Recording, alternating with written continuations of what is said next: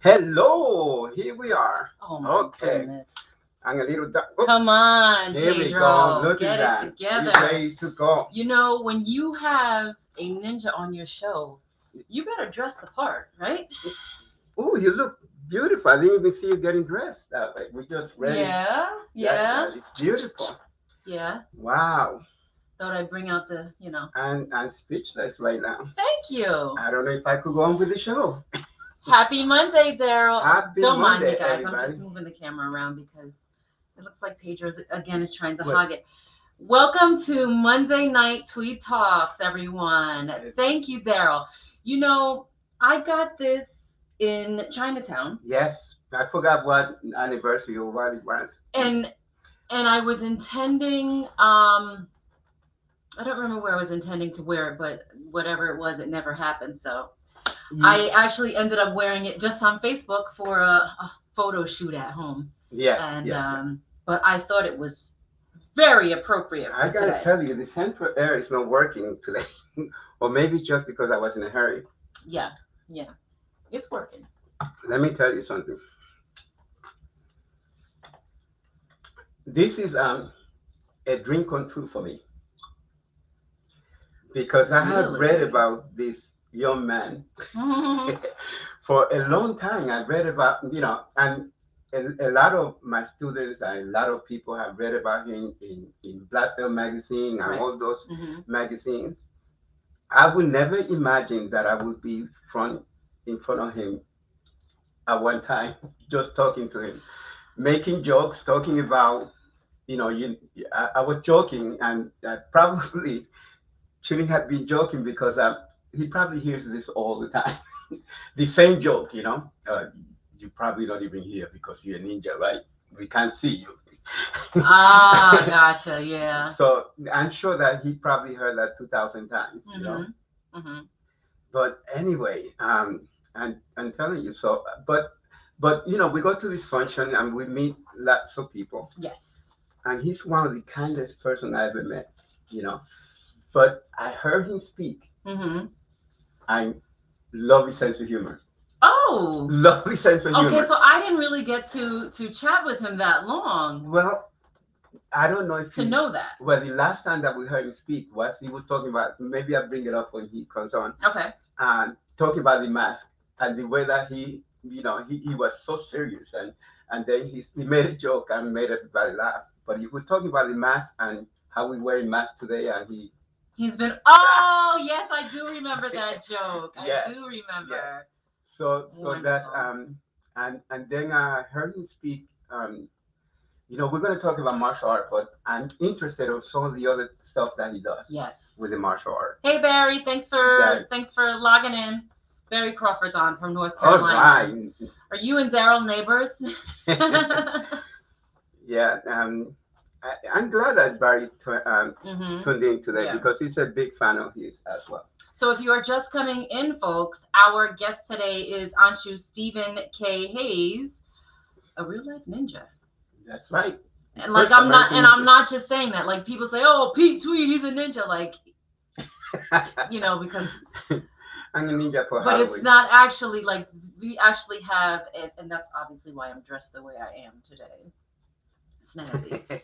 So welcome to the show, and we're not going to say much more. We're going to talk to him now. Let's bring him in. Yeah, let's bring him in and welcome him to Tweed Talks.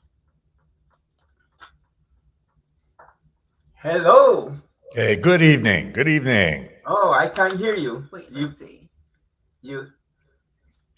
I am. There you go. Yes. We Great. can hear you. Awesome. Great. How are you? Oh, we're doing great here. We're doing great. Crystal, that dress. is amazing. Thank you. Thank you. It's just for you. Just for you. Oh, how sweet of you. How sweet of I keep moving stuff, and my wife keep taking it back. Now, you. I think that you have one of the most fascinating stories. Mhm. And the other thing I think is that some of the movies that have been made about ninja, Yeah. I always think it's about you.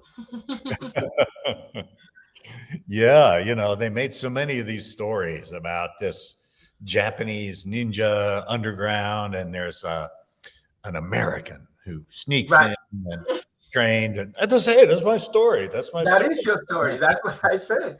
So every time, when I was talking to people about you coming on, I told them that basically you sing his story on Mhm. movies. We did just watch another story the other day, but she went to the Kumite, so she wasn't a ninja. But yeah, they often do that where there's an American in the story and that infiltrates the Well, the training. he didn't infiltrate, but I gotta tell you because I was listening to your story, but I'm gonna let you Hmm.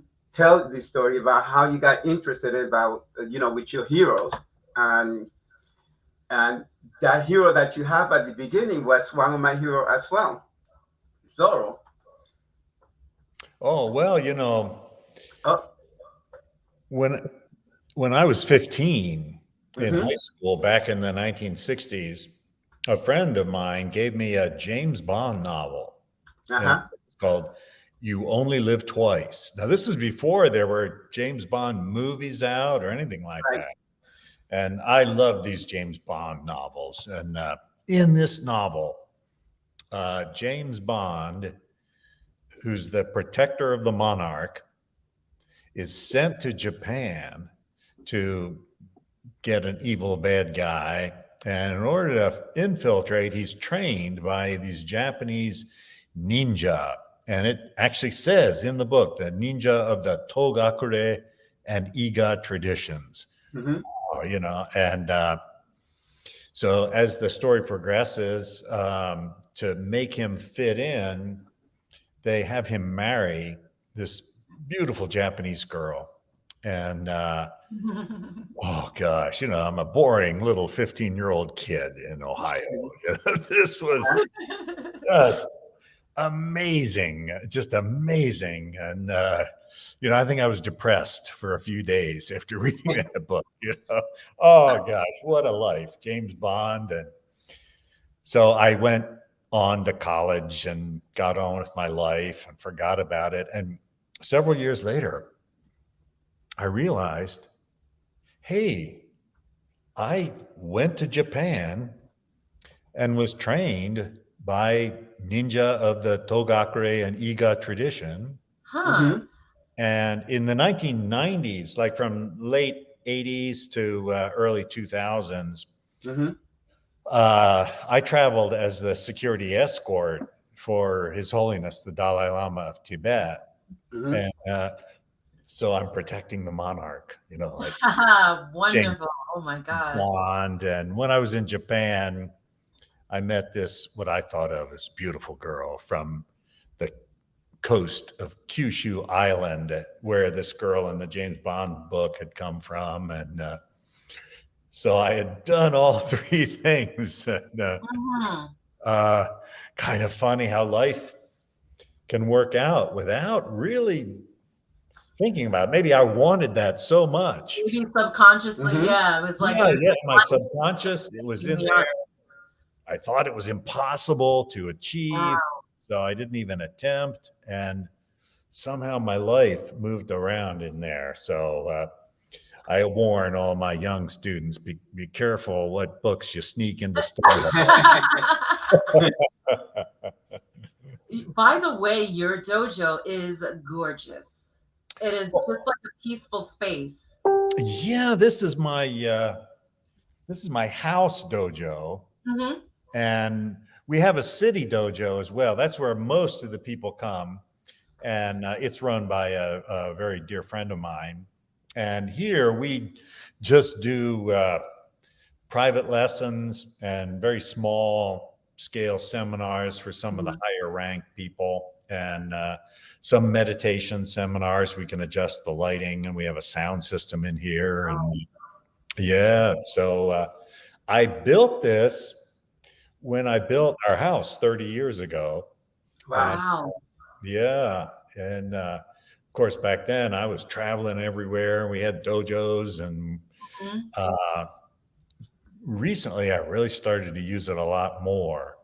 Yeah. Okay. Yeah.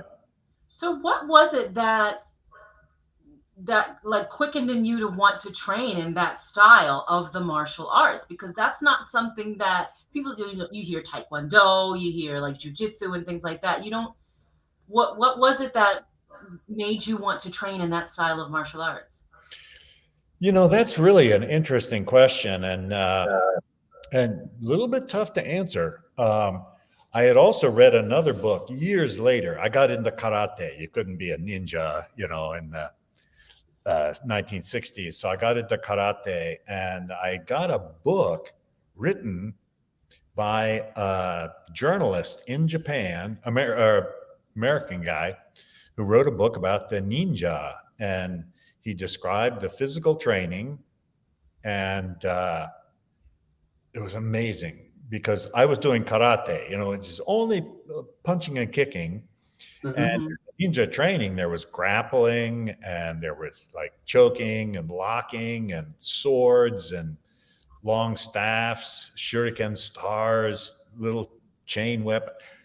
This is really fascinating to me because I was looking for a street realistic kind of Mhm. Mhm. training. And back in the 60s, we Americans had kind of turned karate into a sport. Yeah. One guy against another guy. There were a few women involved, but mainly it was, they would bow and then have a little fight. And I was always more interested in what happens if you run into a real rascal on the street.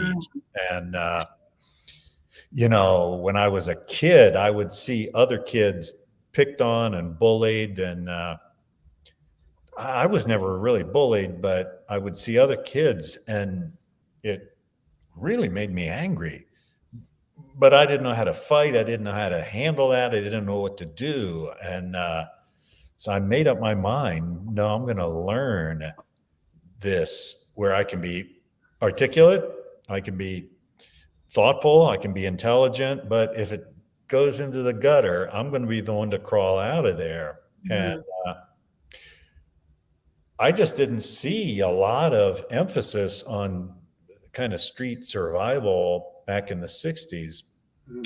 And then the other thing that attracted me from this ninja book written by this journalist, they described this mind and even spirit training that the ninja would go through. And that really captured my imagination. So we're not just talking about fighting, we're talking about strategizing and understanding what this other person is really looking for and how we can set them up to where we as enemies kind of disappear. And then it became a part of just life quality, how to improve a life to be more aware, more alert, a little more compassionate, a little more understanding. So those two things, kind of a long answer there, but those two I things love that. really attracted me. And Wow. I didn't think I could find that in America, this mind and spirit training and Mhm. a pragmatic martial art. So I went to Japan. I see. I'm going to show a little video that we have here. It's short because I shortened it because I wanted to talk to you more.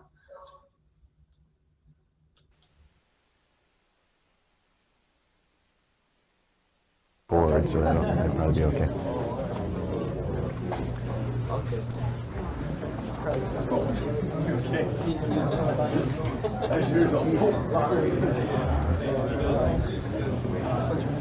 Here's what was happening. I'm going to do this a different way. This isn't the way I demoed it. If you back up a little bit here.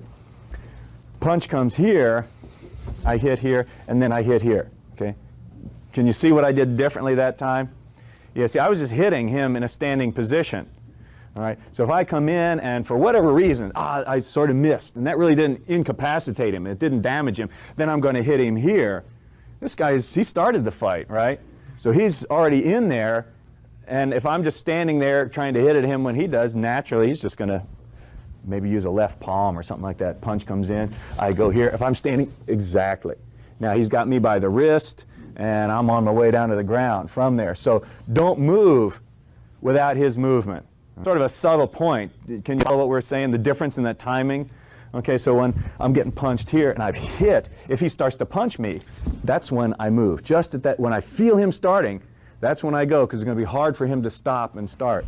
If I move too soon, like this, yeah, that's just natural, isn't it? I mean, if you were him, wouldn't you want to do that? You wouldn't just stand there and get hit in the head and say, God, that ninja stuff is so impressive. No way. No way. You'd be responding. So make sure you build that what I call intact. Hey. Wow. 30-year-old video. 30-year-old video. But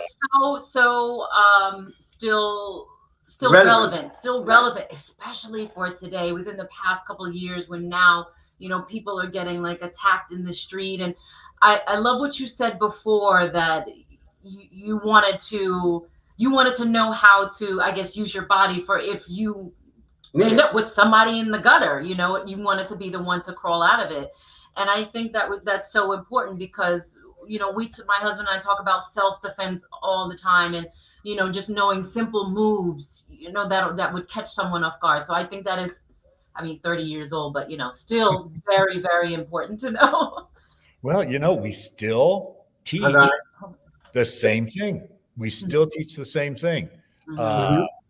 So when in the 60s, I had learned where somebody's punching, we would stop the punch and then hit them maybe harder or faster. And but what if you get up against somebody who is pretty strong and fast, maybe faster than me? I still have to win. So we move. As we defend, we move and counter. It's all kind of like one movement, and it throws the person's timing off, and we still teach that. So my wife, she's a small Japanese person, but, she is able to use this technique, and so she kind of inspires the women. Yeah, you don't need power. You don't need speed. You need leverage and timing instead of power and speed. And it takes a while to learn this because when a new student comes into the school, they think, I have to be fast. I have to be strong. I have to learn a complicated technique. And so we let them believe in that a little bit. Yeah. No, because if we told them, no, you don't need speed, you don't need power. What? You guys are crazy. They wouldn't believe it. Right. So we need a little time to build their confidence, and they can see us moving this way. And then it's proven to them, and kind of a whole different paradigm of how they can train. Right. Yeah. And, but as Crystal mentioned, I think today, statistically, there are a lot of big cities where the crime rate is now going up, right? Like in a big way, And, I read a FBI statistic where, violent crime and has gone up back to like the 70s or something like that. It's like worse than it was for 40 years. It's coming back. And we can watch on YouTube, back when I was studying in the 60s and then went to Japan in the 70s. We didn't know, people would talk about a real fight and, are they telling the truth or are they just lying? But now everybody, they're going to film this stuff and you can see it on YouTube, real fights. And a couple of things I've noticed. Number one, a fight, nobody like leaps out of an alley and hits you, you know. It always starts with some kind of verbal, you know. Well, right, You right. know, people, hey, tell me what time it is, or hey, can you give me $1? I need to catch the bus to go down and see my baby daughter in the hospital. She's dying. Oh God. Right, You know. right. Or they'll insult, you know, some kind of an insult, and but it always starts verbally. Mm-hmm. So many schools that I see, they don't even teach how to deal with that. They jump right into the physical stuff. Mm-hmm. Yeah, the verbal stuff is going to happen. You know, some guy comes up to, oh, and it changes, you know, with your age and your gender. And so it's very difficult. I think, you know, a 14-year-old boy is going to get different kind of harassment than, say, a 23-year-old woman. And a 48-year-old guy is going to get a different than a 68-year-old woman. And, you know, so we have to cover all those areas. What are people doing? And stay cool, you know, stay Right. cool. Right, right. So Yeah, just put a important. little distance and say something that is not enraging, or, you know, you don't say, well, I'm going to kick your ass or anything. Right, right, Right, right. Everybody's recording you saying that, you know. And I say the dirt bags always get good lawyers, you know. Oh my gosh. And the second thing we see on YouTube is, man, mobs. There'll be 4 or 5 people jump one guy. Right, You know? right. And they think that's cool. That's fine. That's not dishonorable. It's not cowardly in the modern, young, street tough kind of way. No, that's the way we do it now, Pops, they say. And how are you going to take on like 4 people who are strategically positioning themselves around you and using language that gets you up in your head? You're trying to answer what they're saying, and very difficult, very difficult. So we've had to create some training exercises, Ooh, Mm-hmm. you know, to give people that experience and just drill it. love that. Just drill it. Yeah. Yeah. It's so important. You know, I want you to talk about you, Pedro. Just Well, briefly. no, I'm going to talk about him a little bit more because he's talking about YouTube, right? Oh, right. And I got something that I wish I could play the whole thing, but like I said, I just want to play a little thing. Then I want people to go and watch this because this is very important. You know, when he's talking about heroes, I think you know what I mean. I'm going to play just a little bit that I thought it was very important for people to know. He gave me a tray and we went through there. So sometimes putting ourselves so far out there, okay, we could get lost. So the second important thing we want to do with this code of the enlightened warrior, the second is we've got our own code that we live by.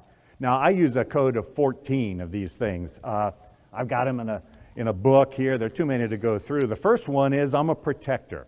I protect life and health, and I avoid violence whenever possible. And all the students who study our martial art, they learn that as one of the first things they do. Try it out, we say.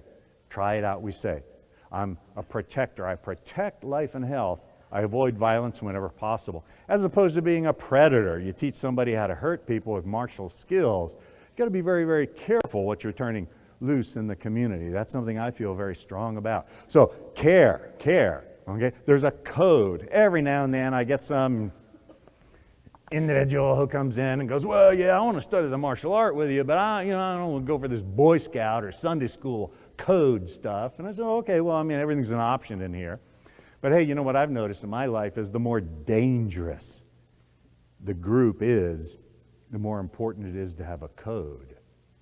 The United States Marines, the samurai, the Jedi, they all have a code that's going to guide them to make the right kind of decision. So you don't have to make the decision under pressure. You've already pre-planned what you stand for. So the second part is to have a code. Third part, is that I realize that I don't take opposition personally. It's called enduring or patience. I don't take opposition personally. My experience is sometimes the brighter you are, the more beautiful your message and the more you're trying to help out there in the world, there's a counter force that comes back up. For all the brightness, there's a darkness that can come up and take over. So I don't take opposition personally. I understand that. Fourth part of the code. Hey. Well, you did your homework. Oh, I do my homework. Trust me, I do my homework.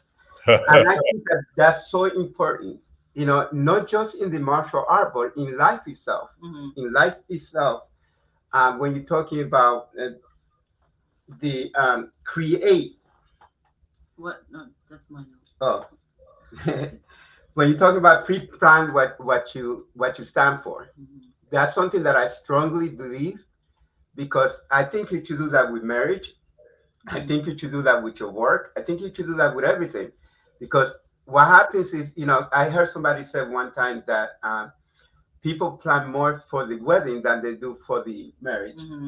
You heard that before, and I think that's important, because everything that we now living is something that we pre-plan on our mind, whether we thought about it consciously or not.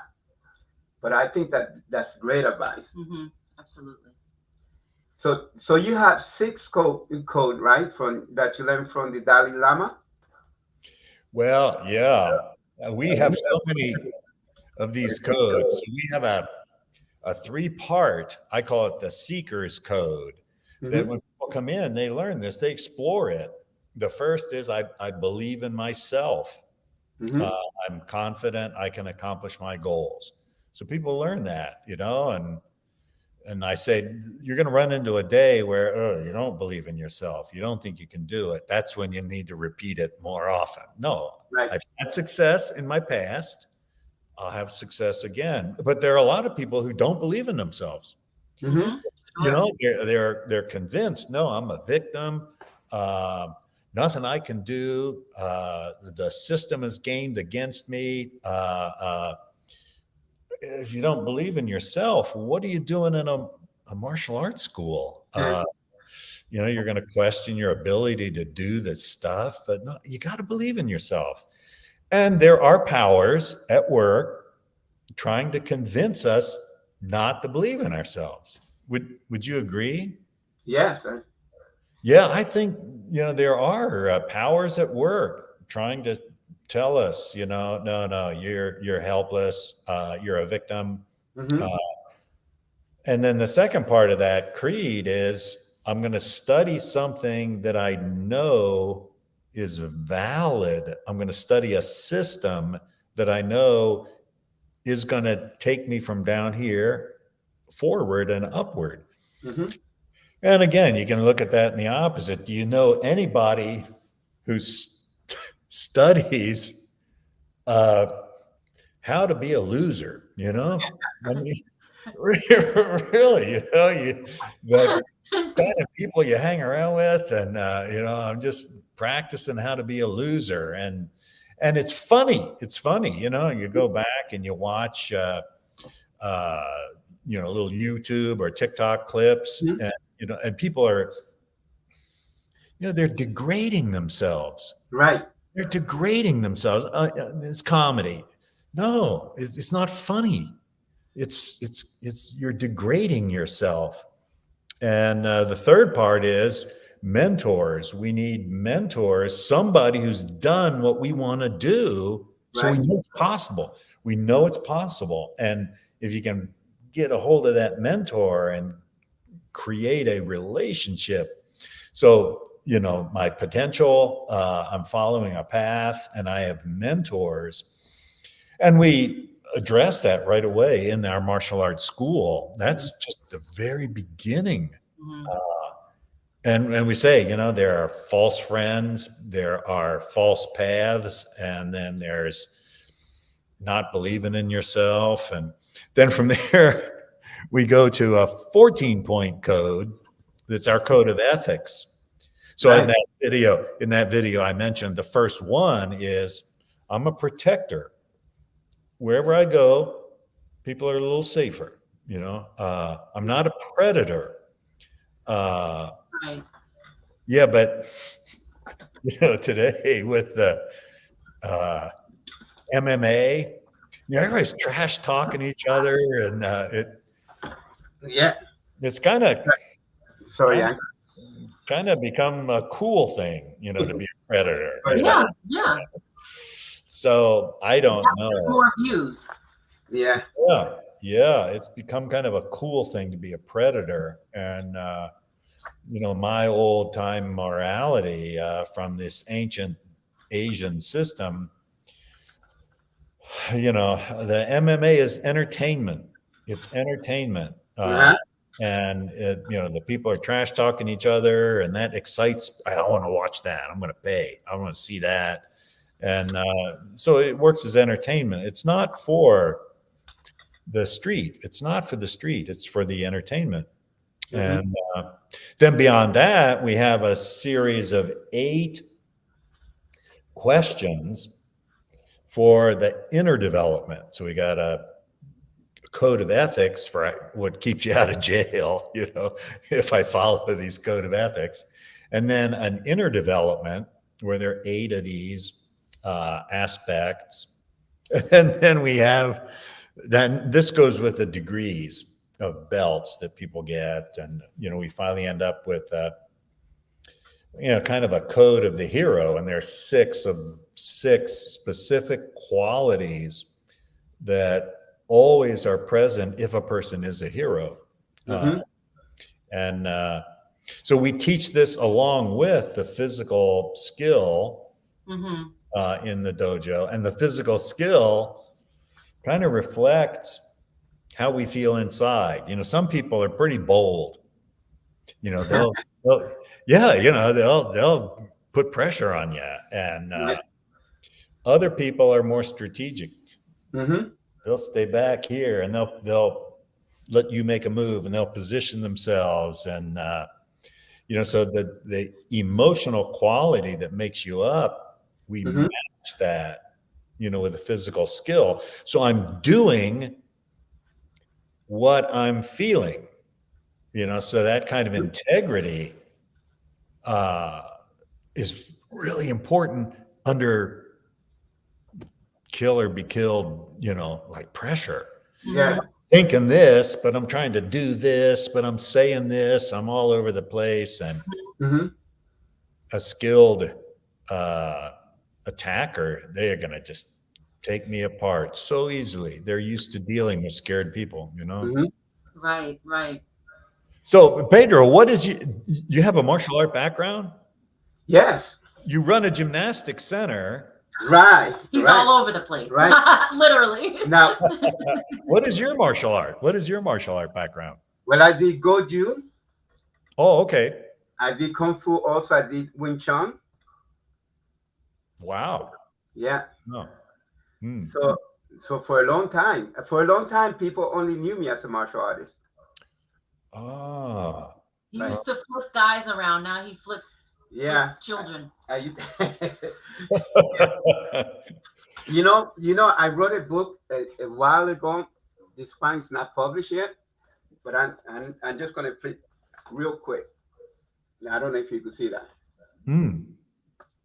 But that's talking about the code of honor, the code of ethics, and the code of silence. Wow. Wow. Yep. I think this makes sense. You've got your code there. I've got my code. As I said in that video, the Marines have a code. The samurai had a code. The Jedi have a code. Everybody who's dangerous has to have a code, or you're just all over the place. And so I think it's very important. And we as teachers, you as your teacher, teaching your students, we're going to put in that code the things that mean the most to us. So, Right. so codes will be similar, but there may be a little point different. But if we're authentic, we don't even have to think about the code anymore. Right. Do you That's think right. about the code? No, you just That's live. You just live it. Yeah. right. Yeah. I wrote that for gymnastic and martial art actually, and the book is called C's for Champions. So all the chapters start with the letter C. Wow. Oh, that's great. I think the more systematized and kind of catchy you can Mhm. make it, especially today with kids. Oh, Yes. I wonder how you get them away from those screens. Get them away from Oh, the screens. it's tough. It's You tough. know, yeah, where they're using their bodies in the gymnastics, and they have to use their mind for the Mhm. timing, and they enjoy each other and Mhm. Mhm. support each other. And I know the kids have a great time, but before they come to your school, they're sprawled out on the couch, on the screen, and mom comes in and says, "Hey, come on, we got to go to gymnastics now." I'm doing screen things, and I don't want to go today. And so we need to kind of arm the parents, with some techniques. So don't just show up and tell your kid to stop it. Like, warn them like a Mhm. half hour ahead. Hey, in a half hour, we're going to gymnastics. So finish your game, get your suit, and I'll meet you at the car in a half hour. Mm. Oh, okay. Now, kid. Okay, well, yeah, I can finish my game, and I'll get my suit. And it's important that the child gets the suit. The parent doesn't do it for Right, right. I feel like that's also a good way to teach responsibility as well. Like, Mhm. okay, after 25 minutes, you got 5 minutes left. Get your leotard, get to the car. them. That shows them like they need to have Discipline. some sort of sense of responsibility as well. Mhm. Yeah. And When I used to train my student in martial art, I used to do everything in the street. So at first, they didn't like the things I was doing, but because we didn't wear any uniform or anything like that, but they have to wear street clothes. oh, And then okay. when I was training, then we will attacking in the street, but they never knew when it was going to happen. Hmm. Just Hmm. to getting ready, and they learn to be more aware rather than just walking around. Like today is hard because everybody's walking around with the phone, looking at the phone and Mhm. the headphone, and they can't hear what's going on. So I used to tell them that if they look like they're wearing aware, I would jump out of somewhere and attack them. So, so one time on my self-defense class that I did, a lady left her car running. I got inside the car and moved the car away. Wow. Wow. So Barry knows how we used to, train. Barry Crawford. That's Yeah. still on. Yeah.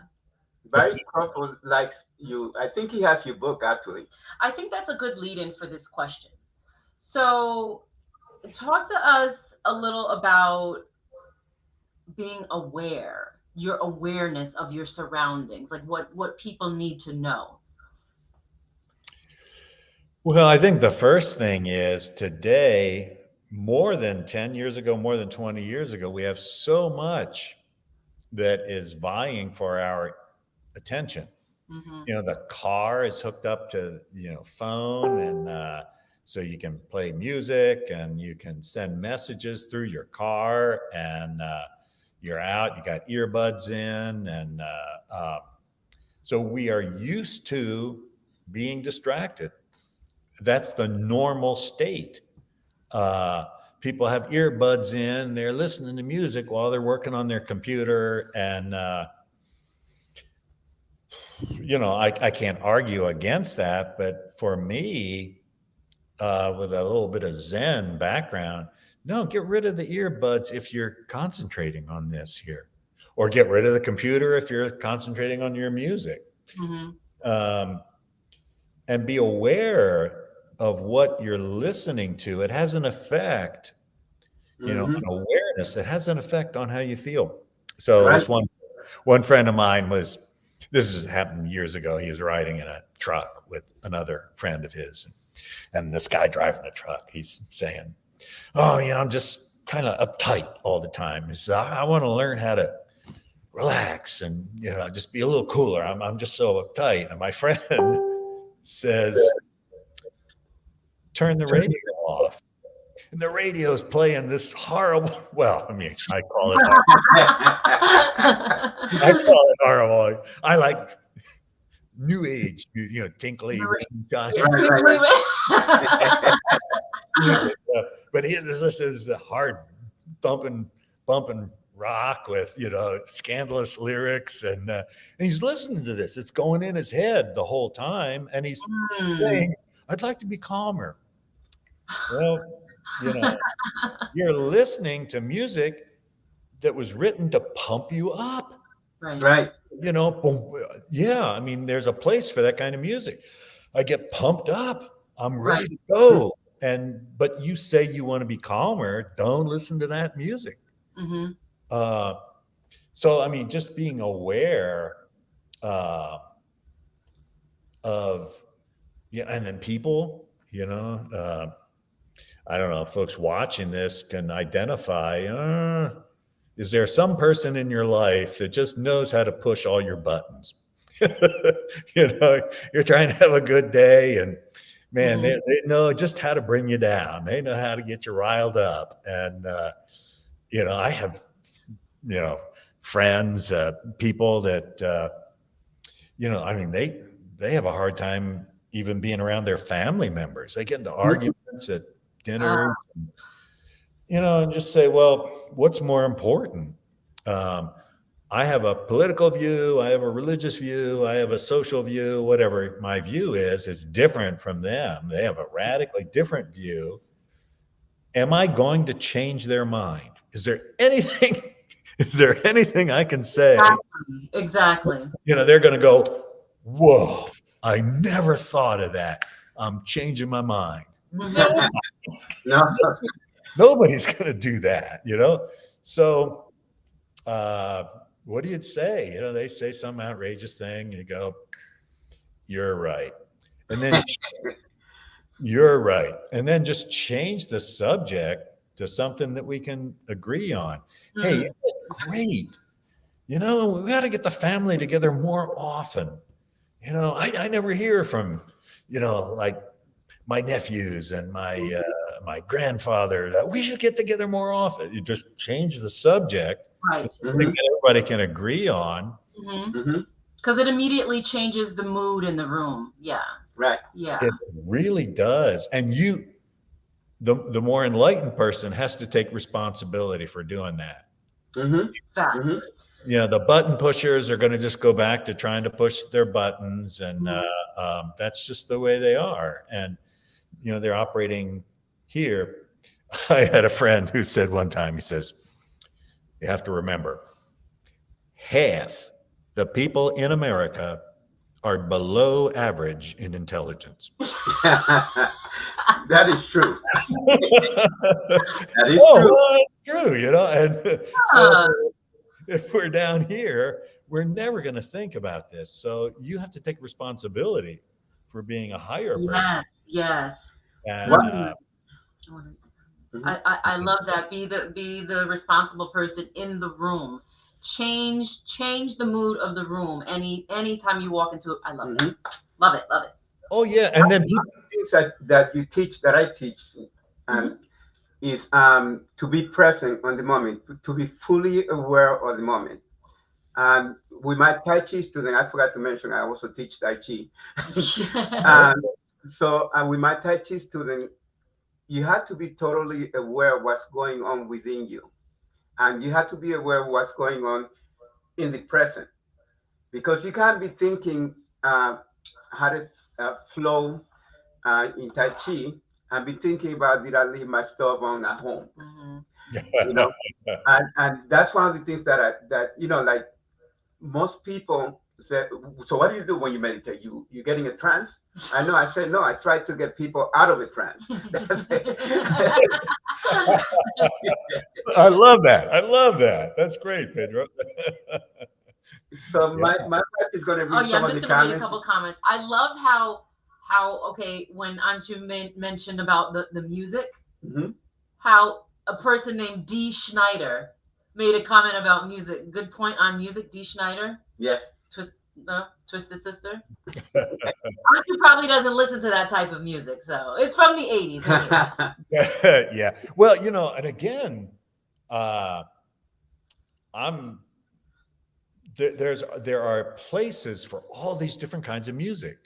Mhm. There's a place for classical music. It gets you in a Sure. certain frame of mind if you can appreciate it. There's a place for rap music where I'm enlivened, I'm energized. The beat of that kind of thing. There's a place for country and western music where I can kind of think about things. And country western usually sometimes has a funny ending to the song. And, You went into a little bit of an accent. You said, "I think about a little, like a little." I can do several accents. Okay, here's Amazing. another comment from Barry Crawford. So he's asking if you are still in contact with the Dalai Lama. By the way, I can recall one night after class, Sifu Pedro and my classmates followed me and jumped out from an alley to see my reaction. Oh, Pedro, you're lucky you didn't get shot. Yeah. No, I'm the Dalai Lama is pushing 90 now. So he's not retired as such, but he stays, and especially with COVID, he stays. He's not in Tibet anymore. He hasn't been in Tibet since the late 50s, but he is in northern India, and so I haven't been to see him for several years. My teachers now are in Nepal on the Tibetan border. So India's here and Nepal's here. So I usually have been going to Nepal for this very strange kind of a practice that they teach there. I wrote in this one book, when the Dalai Lama was still traveling, I don't do the protection anymore. People say, "Oh, you don't do the protection?" I'm 73. They got people half my age that do the protecting now. Some old guy out there, gonna. And it was kind of funny. So my wife and I ended up at this huge auditorium, and how we got there, but we ended up in the front row, right in the two middle seats, and the Dalai Lama comes out on stage, and he always comes down and greets the people, and 14,000 people are in this Wow. basketball place, and I hadn't seen him for a couple of years, and so he comes down and he looks at Rumiko and me, and he strokes his chin and goes, "Completely white now." I've gotten old. Yeah, I had a little black in my beard when I traveled with him. He said, "Oh, completely white now." And nobody in the room knew what he was talking about, but Yeah, here's a picture of when you were there. oh yeah. Isn't that funny? Yeah. So I have a question. This is sort of like a random question, but I was just thinking about it when we were talking about like self-defense. What about elevator self-defense? Like when you're on an elevator, right, riding the elevator, and people come on. What's the best way to defend yourself in an elevator? That is a random question. It is, but it's apropos. Yeah, I think interestingly enough, so here's the elevator. Instead of just standing like this in the elevator, next to somebody, put a foot forward.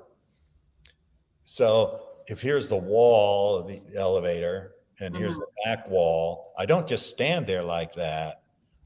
I put this side forward just a little bit, and nobody's gonna. It doesn't look weird, but now for somebody to get to my front, or if I'm a female, I have a purse, or if I'm a guy and I have a jacket, for him to get a hold of that, he's got to come through my arm, but it doesn't look like I'm being defensive. I just stand at an angle in there. And even if the elevator's crowded, people will fit in around me. I just stand at an angle. So that might be one suggestion for self-defense in an elevator. Wonderful. That's awesome. I like that idea. Knowing that we were going to have you on the show, we were watching YouTube videos about people that were getting attacked in the street. So now all these things are in my head. Okay, it was a Netflix. Okay, on Netflix. But these people were getting attacked in the street, and I'm just like, now I'm like hyper sensitive and hyper aware. Like, what should I do? Where do I go? Should I stand this way or look, or and that's why I asked that question about awareness too, because now it's really like fresh in my mind. Mm-hmm. Yeah, and I think that the predator on the street. A couple guys hanging around, they see, an attractive woman coming along. They figure they are in the dominant position. And they have more experience hassling an attractive woman than the attractive woman has dealing with hasslers. So they have a kind of confidence and, oh, geez, I'm wondering what I should do. And there's a temptation for your awareness or consciousness just goes out of your head. And then looking back on it, you say, oh God, why did I do that? Because the way the brain operates, our survival reptile brain down here, is overridden by our word brain up here. And you're going to try to reason with these people that are just going to get a kick out of victimizing you. There's nothing you can say that they're going to go, oh, okay, well, I'll let you go by here. No, they made up their mind. And so to keep that conscious awareness as I'm walking down the street and, all of a sudden some people appear up there. If I suddenly stop and go across the street, I look scared. So one thing I teach is a fake cell phone pat down. So I'm walking along and, oh man, there's trouble up there. I go, I go back. Okay. So smart. That's so smart. My cell phone, and I walk back in. I got it. I just fake it. Right. And now they're gonna say, is she scared, or they're left kind of wondering what's going on. Right. Yeah. I love that. That's very smart. You got to be aware. Awareness is the first tool for self-defense. Yes. It's like if you go to a stop sign and then you stop there and then you're not moving, and then people in the back are beeping because you're not moving, and then you realize that you were waiting for the red light to change. So the red light. But if you were aware that it was a stop sign, then you wouldn't have people beeping at you. So awareness is the first thing on self-defense before you even have to touch somebody. If you back into a corner, then you have to use the tools that you have. But I gave it to you, but we have the tools. retractable baton. Retractable baton, yeah. Everyone that I love, I gave him one of those. Yeah. I'm also teaching to use them too. Oh my goodness, this has been such a good conversation. I know. I really enjoyed it. Really enjoyed it. Yeah, thank you so much for inviting me onto your show here. It was Yeah. such an honor to have you. Such an honor. Tell your wife, Rumiko, that we say hello. Yes. I sure will. I sure will. And I Yeah. said, she put it as an A. She's in another room in the house practicing koto. She plays this Japanese Oh, floor harp called a koto. Oh, And we should have her on. that is amazing. yeah. She's been doing that for like 30 years. And she has a group of women that play this. And Oh, we should have her on and play something. Like, so she's down practicing because they have a performance next weekend. And but I'll tell her you said hello. I'll tell her. yeah. All right. Thank you so much for joining us on Tweed Talks. It was a pleasure to have you on the show. Thank you very much. Appreciate the invitation. Thank you. Oh, Have a great night. awesome. Awesome conversation. We'll see you on January, okay? Yes. You'll be there in January? There Yeah. in January. Yes. I will be there. I will All be right. there. All right. Have a Thank good you night. so much. Thank you so much. All right. That Always wanted to talk to him longer than what we usually I talk.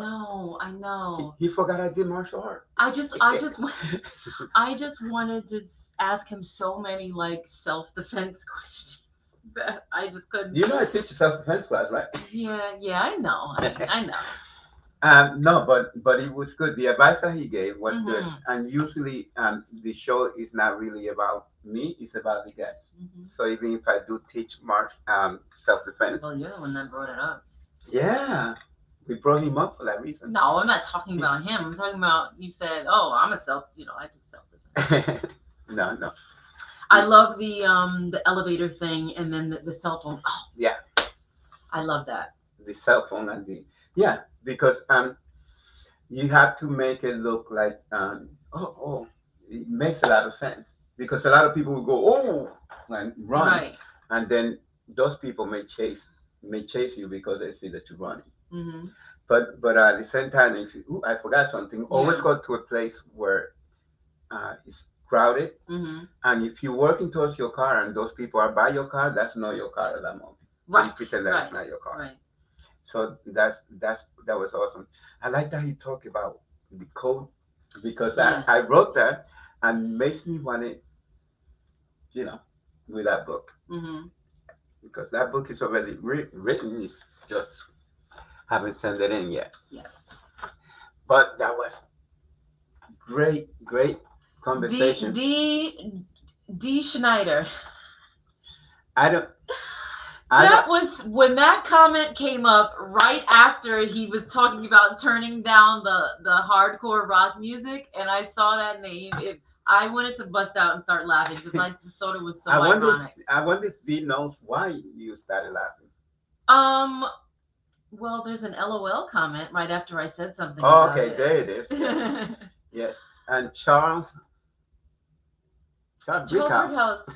What did he say? You trying to kill somebody? Oh, he's talking about when I used to do the training with my student and I used to jump. Oh, yeah. Barry, thank you so much for that comment. That's exactly what I wanted my husband to mention. Mm-hmm. Is how he used to attack you. I'm not condoning this, but I kind of am. How he used to attack people in the streets, your students, just to make sure that they were ready and that, they can put their training to good use. Another thing that I tested people differently because I tested not only their skill but their mind as well. Like one time we took Tan, that was one of the students back then, and we left him at a cemetery. Yeah. And in the middle of the night, we left him there because we wanted. Is this the story where you left him and then all you heard? No. That was my students from the Bronx when they came up. Oh, to test. okay. And I said, hey, I think there's something wrong with the car. And, we're the teachers, so we're not supposed to check that. So you're the student, so you go and check it. And if you have being up here in the Catskill, you know that everything is dark. So what we did is they got out to check, and they never been upstate New York. They're from the Bronx. So and they got out to check, and then we closed the door and took off. And all we hear was the they're running after the car, and we just dying laughing. Me and my other student, all my senior students. So yeah, we test differently than most people do, because But it's so realistic, and, Yeah, and that's it the has to be. point that I really Right. love that he made, because it's just it. You know, we were talking to Jean-Remy Monet the other day, and Mhm. his story mirrored yours. So right, some right, of the right. trainings, Right. you know, his ways of training Yeah. mirrored what Realistic- you talk about. Realistic training is very Realistic important. training. Mm-hmm. You know, if I went like this, if I went like I hate it when you do that. if I went like this, it looks real, but if a kid believes that that's real, they hurt themselves. They will try it. So that's why it's important that real training imitates what actually could happen in real life. Yes. Mm-hmm. Wonderful. Okay, so thank you people for watching. We have some more interesting guests coming up. Yes. Lots We of have fun quite stuff. a few people lined up. We're also we on. haven't caught up to everybody that's lined up yet. Yeah, we have our own little, weight loss. Oh yeah, my wife wants to. My wife think I'm, you know, getting fat. So we have a weight loss challenge. Yes. It's not a challenge. It's something that we're going to do. Yeah. I have been gradually losing weight, for a little bit, and the last couple weeks I wasn't even trying, and I felt like my diet wasn't as good as it could have been. But I guess since I was practicing yoga every day or weight training, it was still being effective, and I'm, very close to my goal weight. It's funny because I was losing more weight during the shutdown because Okay. I was working out at home. Yeah. And I guess going to the gym and working out is just different. I think the main thing is, like, for me, I stopped sugar. Like, I'm only having like very minimal sugar. Like, I'll have a granola bar as a snack instead of, and I'm not doing any fruit juices. So I cut that out, and I've been doing yoga basically every day, almost for like the past 5 weeks, because of training my religious Jewish women that come up during the summer, and the summer is over. So I sort of continued that just to, stay in practice, and I've been very successful. I also want to say in prayers to Jose Luis Hinojosa, Jose. that just had surgery, and and just prayers to him. He For was a swift guest on our healing. show. Yeah, it's quite before. some time ago. And we just want to wish him a speedy recovery. Buena suerte. And with that, we are going to say Adios. peace, love, and harmony. Or is it love, peace, and harmony? It's love, peace, and harmony, but whatever. And we'll see you next week. See you Monday. Bye-bye.